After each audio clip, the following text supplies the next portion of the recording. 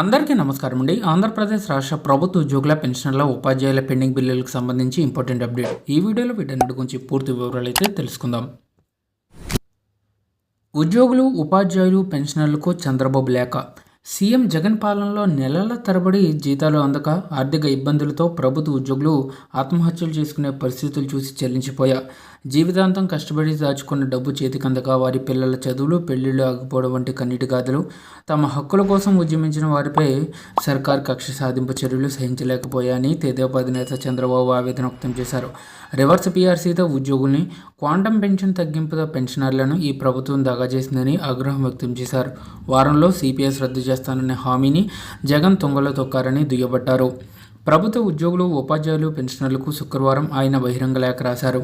అలాంటి అప్రజాస్వామిక అణిచివేత ప్రభుత్వం అవసరమా అని వారిని ప్రశ్నించారు. ఎన్డీఏ ప్రభుత్వం వచ్చాక ఉద్యోగుల ఆత్మగౌరవాన్ని నిలబెడతామని, సకాలంలో జీతాలు, మెరుగైన పీఆర్సీ ఇస్తామని హామీ ఇచ్చారు. తెదేపా ప్రభుత్వ హయాంలో ఉద్యోగుల పోస్టింగ్లు, బదిలీల కోసం కౌన్సిలింగ్ విధానాన్ని ప్రవేశపెట్టాం. కానిస్టేబుల్, ఎస్ఐ ఉద్యోగాలు భర్తీ చేశాం. 11 టీఎస్సీల ద్వారా లక్షలాది మంది ఉపాధ్యాయ పోస్టులను భర్తీ చేశాం. అంగన్వాడీ జీతాలను 10,500కు పెంచాం. 43% ఫిట్మెంట్ ఇచ్చాం. 1వ తేదీకి జీతాలు ఇవ్వడానికి ఏనాడు వెనకడలేదని గుర్తు చేశారు.